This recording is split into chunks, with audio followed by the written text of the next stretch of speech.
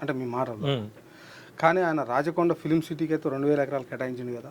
మరి ప్రకటన cinema Telangana cinema ఇండస్ట్రీని డెవలప్ చేయడం కోసం కదా నేననేది. ఆల్రెడీ రామోజీ ఫిల్మ్ సిటీ గంత విశాలంగా ఉన్నది. ఆయన కూడా చూసి వచ్చి అన్నాడా లేదా అన్నాడు. రామానాయుడు స్టూడియో ఉంది, అన్నపూర్ణ స్టూడియో ఉంది, స్టూడియోలు ఉన్నాయి. ఇవాళ రేపు టెక్నాలజీ ఏ స్థాయికి వచ్చింది. మన ప్రకృతి తెలంగాణలో ఇక్కడ ఉన్న వైభవాలు కానీ, ఇక్కడ ఉన్న ప్రకృతి సౌందర్యం కానీ, అక్కడ మీరు టూరిజం డెవలప్ చేస్తే ఆడ పోయి చేసుకుంటాం కదా. రాచకొండ అని చెప్పి ఆ ఉన్న కొండని ఖరాబ్ చేసుడు తప్పితే.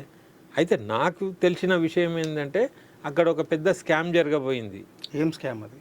ఏం జరగబోతుంది? ఏం జరిగిందంటే ఇప్పుడు ఉన్న క్యాపిటలిస్టులతోనే అక్కడ పెట్టుబడి పెట్టించి ఓకే బ్యాంకులకు కొల్లెటరల్లు అవి ఇవి ఇచ్చి అక్కడ ఒక రియల్ ఎస్టేట్ దందా చేద్దాం అనుకున్నారు మొత్తం కలిసి.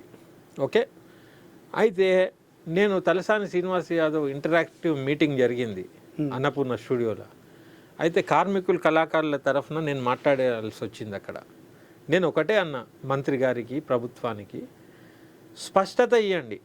2000 ఎకరాలు 2000 ఎకరాలు అనేది అయితే ప్రకటిస్తున్నారో ఆ 2000 ఎకరాలు ఎటుపోతాయి, మళ్ళీ అటే పోతాయా ఇటు వస్తాయా? తెలంగాణ భూమిపుత్రుల పాత్ర ఏంది దాంట్లో? గడ్డి పీకి నీళ్లు పోసుడా? మేము కూడా ఎంటర్ప్రెన్యూర్స్ అవ్వడానికి, స్టూడియోలు కట్టుకోవడానికి, వసతుల కోసం మాకేమన్నా ఉంటుందా? అంటే ఏమంటాడు మంత్రి గారు దాని మీద, మీ ప్రశ్న మీద?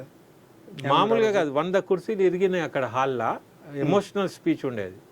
తర్వాత పరిస్థితి ఎట్లా వచ్చిందంటే మంత్రి గారు మీడియా ముందు వచ్చి ఇక్కడ ఏదో జరిగిందని వార్త ఏం రాయకండి, ఎక్కడైనా వార్త రాయండి అని విన్నాం కానీ ఆడ వార్త రాయకండి అని చెప్పి ఉల్టా నాతోనే బొకే ఇప్పించారు ఆయనకు. ఉల్టా ఆ ఫోటో పేపర్లో వేసారు. ఎందుకు కుర్చీలు ఇరిగినాయి? ఎందుకంటే నా స్పీచ్ ఎమోషనల్గా ఉండే. కళాకారుల టెక్నీషియన్ల గురించి గట్టిగా అడిగిన.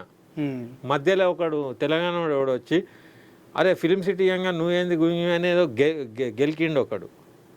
నాకు ఫుల్ టెంపర్ లేచి నాన్న నుంచే వార్నింగ్ ఇచ్చి నేనేమన్నా అంటే ఒక తెలంగాణ బిడ్డగా ఇప్పటికే ఎంతో భూమి నాశనం అయిపోయింది, ఇంకా నేను దాన్ని సహించా, ఏదైతే అదైంది.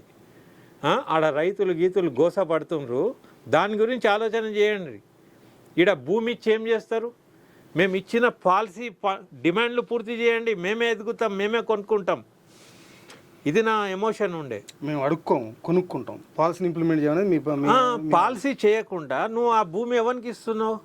మేము అడిగింది పాలసీ, ఆ డిమాండ్లు మీరే కదా మేనిఫెస్టోలో పెట్టినవి, అది చేయండి చాలంటున్నాం. మేము అడిగింది చేయకుండా ఆడపోయి రాచకొండ ఫిలిం సిటీ అనేది దాంట్లో ఏదో కుట్ర అని మాకు అనిపించింది. ఏదో మేము నిజాయితీగా దాని గురించి అడిగినప్పుడు మేము అడుగుతున్నాం అంతే. ఏమని? మాకు దాని పాత్ర ఏంది? తెలంగాణ బిడ్డలకు ఆ 2000 ఎకరాలల్లో ఏం లాభం చేకూరుస్తుందో చెప్పి ప్రకటించండి అంటున్నాం. మీరు చెప్పలేకపోయి మొత్తం